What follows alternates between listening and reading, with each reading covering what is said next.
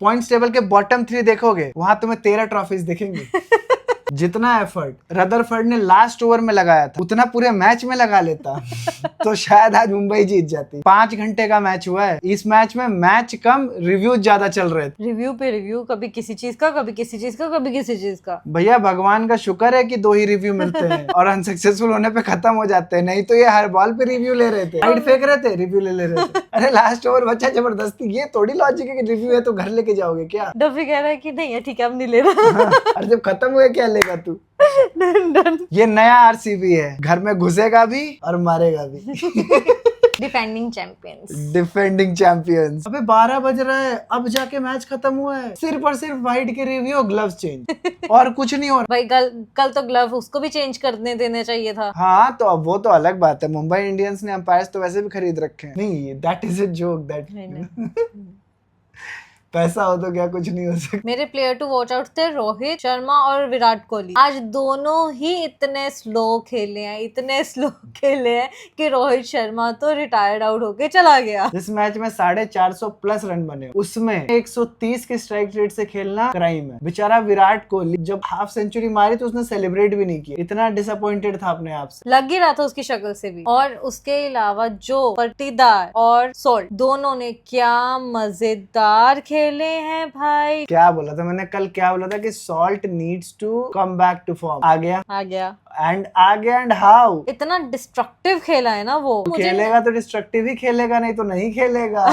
ओहो आज मजा आ गया। आज मिल गया दिल को सुकून, मन को ठंडक और चित्त को राहत। Oh good.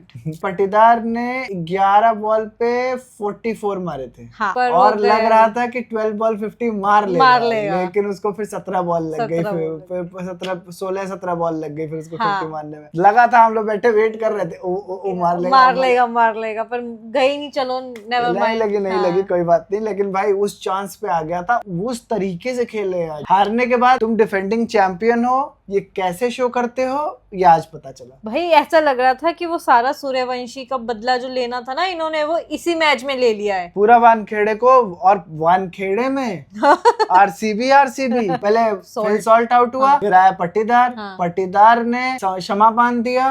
उसके बाद आया टिम डेविड, उसने फिर और 4 चांद लगा दिए।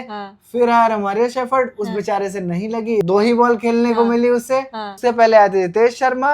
उनका क्या बोलूं मैं कि क्या चल रहा है, कैसे चल रहा है। भैया क्रिकेट पे ध्यान दे ले। सूर्यवंशी से बैट मांग रहे हैं। वीडियो आई थी इनकी, वो सबका बैट चुराता है, उसका बैट चुराने के चक्कर में। बात करते हैं मुंबई इंडियंस की बॉलिंग की। मैं एक बात कहूंगा, मुंबई इंडियंस की बॉलिंग से ये एक्सपेक्टेड नहीं था कि वो 250 खा जाएगी। बुमराह विकेट ही नहीं ले पा रहा है। बुमराह पिट गया था लास्ट ओवर में। बुमराह का पूरा थ्रू आउट द जितने भी मैचेस हुए हैं अभी तक एक सिंगल विकेट नहीं निकाला है। क्या हो गया है बुमराह को? कुछ नहीं हुआ है यार। इंडिया के लिए बुमराह गोट है, मुंबई इंडियंस के लिए चाहे जो करे, हमें क्या मतलब है। इंडिया के लिए भाई साहब गोट है। कंट्री फर्स्ट है उसके लिए।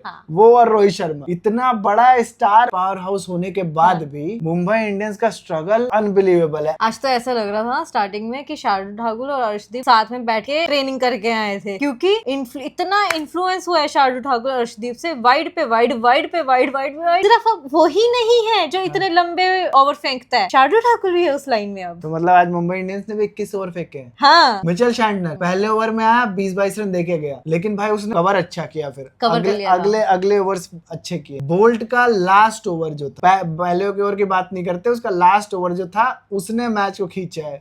उसमें आई थिंक 10 से 11 रन आए थे इनिंग के लास्ट ओवर में, जिसमें दोनों फॉर्म में चल रहे थे। शेफर्ड खड़ा था, टिम डेविड खड़ा था, दोनों खड़े थे। और आज मैं पंजाबी कमेंट्री सुन रहा था तो उसमें टिम्मा कर रहे थे उसको, टिम डेविड को। और टिम्या मारे टिम्या ने एक चौका। टिम डेविड खड़ा था, शेफर्ड खड़ा था, ये दोनों खड़े थे। और फिर भी लास्ट बॉल पे 6 बना, नहीं तो बाकी की 5 बॉल में 1 विकेट भी लिया उसने और सिंगल। लास्ट ओवर उसने पुल बैक किया, वरना 250 तो बन गया था आराम से। 10-12 रन उधर उसने बचाए, लेकिन फायदा क्या हुआ? हारी तो फिर भी 20 रन से। नहीं हारी वो फिर भी 20 रन से, मानती हूँ, लेकिन जो जैसे स्कोर इनका 10 ओवर तक का था, 126-27 रन थे जहां तक मुझे ध्यान में है। कहीं ना कहीं ये चीज 270 तक एक्सपेक्टेड थी। हाँ। फिर भी आरसीबी 240 पे जाएगी। हाँ, मतलब हम अब बॉलिंग की तारीफ कर रहे हैं अचानक से। नहीं बॉलिंग इतनी बुरी बॉलिंग हुई थी कि 270 नहीं पिटे तो ये तारीफ हो गई है। भाई साहब मयंक मार्कंडे, क्या प्रो मूव चला है हार्दिक पांड्या ने। Mayank Markande was playing for RCB. पूरा प्रो मूव था। 2 ओवर आया, 40 रन दिए, कहा चलो 40 रन दिए। फिर स्टार्ट हुआ चेज, और चेज ये नहीं कर पाए। उसका सबसे बड़ा रीजन था Krunal clutch Pandya. 4 over 26 run 1 wicket. हाँ। 450 रन के मैच में 4 ओवर में उसने 26 रन दिए हैं बस। बाउंसर मार रहा है, यॉर्कर मार रहा है, स्लोअर फेंक रहा है। हार्दिक पांड्या जो स्पिनर के इतने अच्छे बैट्समैन है, जो उसका सगा भाई है वो नहीं उसको खेल पा रहा है। वो वही एग्जैक्टली स्पिनर के इतने अच्छे बैट्समैन है, वो उनसे नहीं लग रही है। कहाँ हम लोग क्लच हार्दिक के आगे लगाते थे, अब कृणाल के आगे लगा रहे हैं। लेकिन देख के लग रहा था कि इन दोनों के बीच कुछ तो गड़बड़ है। नहीं तो पिछले सीजन में जब एक साथ में खेलते थे, गले वाले मिलते थे, हा चलता था बीच पिच पे। अच्छा, आज नहीं हुआ है। आज नहीं हुआ है। होगा कुछ। वर्ल्ड कप फाइनल में कृणाल पांड्या सपोर्ट करने नहीं आया था। हाँ। ओके, ये सब कुछ चल रहा है आई थिंक। चलो, किसी की पर्सनल लाइफ में हमें क्या लेना देना। हमें क्यों नहीं लेना देना, इसी से तो व्यूज आएंगे। हम इसका थंबनेल डाल देंगे, हार्दिक पांड्या और कृणाल पांड्या के बीच हुई लड़ाई। क्या घर में सब कुछ सही नहीं है? 2 भाइयों का बंटवारा। क्या मेहिका ने डाली है फुट? हो गया तुम्हारा। चलो कंटिन्यू। स्टार्ट इनका ओकेश था। हाँ, मतलब चेज सेट नहीं कर पाया था, बट स्टार्ट ऐसा था कि हाँ कर ले जाएंगे। लेकिन फिर रायन रिकल्टन ने बहुत अच्छा खेला। बेचारे रोहित शर्मा को इंजरी हो गई, तो वो समझदारी थी। हाँ, वो समझदारी थी, रिटायर्ड हो गया वो। उसने कहा भाई हमें आगे भी खेलना है। और क्या, मुझे लग रहा है उसने जो वेट लूज किया उसकी वजह से ये सब हो रहा है। अरे रोहित शर्मा का जो वेट था ना, कोई इंजरी नहीं होती थी। ये जो फिट होने के चक्कर में पड़ गया है ना, वो उसी चक्कर में से इंजरी हो रही है। मैच ये हारे हैं तिलक वर्मा का जब विकेट गिरा, और सूर्य कुमार यादव ने 250 की चेज में 150 के स्ट्राइक रेट पे खेला है। 22 बॉल 33, वहां पे ही मैच हारे हैं ये। ऊपर से फिर तिलक आके आउट हो गया। हार्दिक पांड्या फिर भी ट्राई, नमन धीर से भी बॉल नहीं लग रही थी। रदरफोर्ड द लोन वॉरियर अकेला खड़ा, कुछ नहीं हो रहा, क्या समझ में ही नहीं आ रहा। नो बॉल पे आउट भी हो गया। फिर उसके बाद अगली नो बॉल का फ्री हिट हुई, उस पे भी आउट हो गया। और 2 बार आउट हुआ तो अब आउट हो गया, मार ही लेता हूँ। फिर उसके बाद जो उसने छक्के पे छक्के दिए हैं, उसी के बाद दिए ज्यादा उसने। हाँ, वरना भाई नेट रन रेट में आरसीबी टॉप पे चली गई होती है अभी। वो सिर्फ और सिर्फ यही रीजन है, जो उसके 2 आउट होने के बावजूद वो आउट नहीं था। और क्या, जीवन दान मिले हैं उसे। जीवन दान। डफी को तुम हेजलवुड की जगह ले तो आए, लेकिन हुआ तो उसका भी वही जो पिछले मैच में हेजलवुड का हुआ था। देखो, बैटिंग पिच पे तुम कोई भी बॉलर लेके आओ ना, वो इतना अच्छा नहीं करेगा, but credit where it's due. Rasikh Salam बहुत अच्छी बॉलिंग, बहुत अच्छा एफर्ट यार। मैं कल कह रहा था ना, इनके पास है, अभिनंदन को रिप्लेस करके ले आए। आज इन्होंने मेरी सुनी। राशिक सलाम इंजर्ड होने से पहले अपना काम करके गया। वही दोनों राशिक सलाम और कृणाल पांड्या की ही बॉलिंग थी जिसने मुंबई को बांध के रखा। सुयश शर्मा 1 ओवर में, जो फर्स्ट ओवर में उसने 2 विकेट निकाले हैं लगातार, वही था टर्निंग पॉइंट। उसने जो 2 विकेट निकाली है, रिकल्टन की और तिलक की, वहां पे मैच फंस गया। नहीं तो ये क्रूज कर रहे थे, उस लेवल का क्रूज नहीं कर रहे थे, बट ये क्रूज कर रहे थे। इन्होंने बेस ठीक ठाक सेटअप कर दिया था कि हाँ पीछे बैटिंग आएगी और मारती जाएगी। बिना इम्पैक्ट प्लेयर के शार्दुल ठाकुर तक तो बैटिंग है। इनकी बैटिंग कम थोड़ी है, बैटिंग स्ट्रॉन्ग भी है, बहुत स्ट्रॉन्ग है। लेकिन देखो, बैटिंग स्ट्रॉन्ग होने से नहीं होता है, एज ए यूनिट जब तक क्लिक नहीं करोगे ना, मतलब नहीं बनता। जो मैं कल भी बोल रहा था, Mumbai Indians as a unit click नहीं कर रही। जब तक वो एज ए यूनिट क्लिक नहीं करेगी, नहीं होगा। चलो मैंने क्या, मेरी तो आरसीबी जीत गई। सानू की हमारे पहले मैच में एलएसजी हारी, हम दोनों की। आरसीबी जीती है, तो 11-10 पे है हम लोग। तो कल किसका मैच है? कल मैच है एसआरएच एंड राजस्थान रॉयल्स। इनका कल ही तो हुआ था मैच। एसआरएच का कल ही पंजाब के साथ हुआ था। आरआर का आरसीबी के साथ परसों हुआ था। कल मैच कहाँ है? हैदराबाद। Batting paradise. अरे भाई वहीं तो रन बनते हैं। अच्छा, वहीं पे जाके 300 मारते हैं। उनका अपना है, उन्होंने पिच ही ऐसी बना रखी है वहाँ पे कि वहाँ पे उनके रन बहुत ज्यादा बनते हैं। देख, एसआरएच को to be very honest 250 plus मारने ही पड़ेंगे जीतने के लिए, जिस हिसाब की उनकी बॉलिंग है। हाँ, और जिस हिसाब से राजस्थान की बैटिंग है, और वो इजीली चेज कर लेगी, तो उनको टारगेट बहुत बड़ा देना पड़ेगा। एग्जैक्टली, क्योंकि अभी जो ओपनिंग चल रही है सूर्यवंशी और जायसवाल की, क्या लग रहा है? देखो, अगेन लॉ ऑफ एवरेजेस पे आते हैं। हाँ, एक नई चीज मैंने सिखा दी है, लॉ ऑफ एवरेजेस। हर जगह वही यूज करना है इसमें बस। लॉ ऑफ एवरेजेस कह रहे हैं कि 4 मैच में सूर्यवंशी चला है। अब ये मेरा कहीं ना कहीं ये मानना है कि कल वो शायद ना चले, और प्लस हाई पॉसिबिलिटी कि राजस्थान पिछले 4 मैच जीत चुकी है और कल का मैच हारेगी? कल बेसिकली सनराइजर्स के